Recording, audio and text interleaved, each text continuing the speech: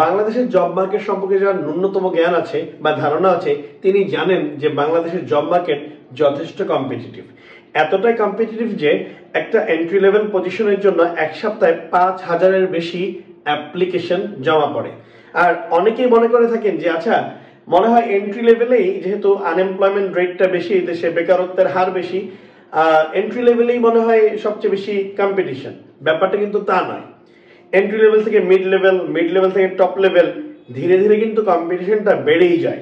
কারণ এন্ট্রি লেভেলে একটা কোম্পানিতে অনেক বেশি পদ থাকে। আপনি যত উপরের দিকে যাবেন এটা কিন্তু পিরামিডের মতো। লাইক একটা ডিপার্টমেন্টে একজন ম্যানেজার থাকে, 10 জন এক্সিকিউটিভ থাকে।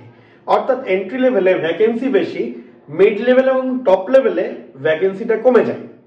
তাই এই কম্পিটিটিভ জব মার্কেটে আপনাকে ভালো একটা কোম্পানিতে যখন আপনি চাকরির জন্য অ্যাপ্লাই করবেন, আপনার কি করতে হবে? আপনাকে অনেক অনেক ক্যান্ডিডেটের মধ্য থেকে নিজেকে স্পেশালি প্রেজেন্ট করতে হবে, হাইলাইট করতে হবে। আর এজন্যই কিন্তু প্রফেশনাল সিভি আপনার লাগবে। সো বন্ধুরা, প্রফেশনাল সিভির গুরুত্ব অনেক বেশি।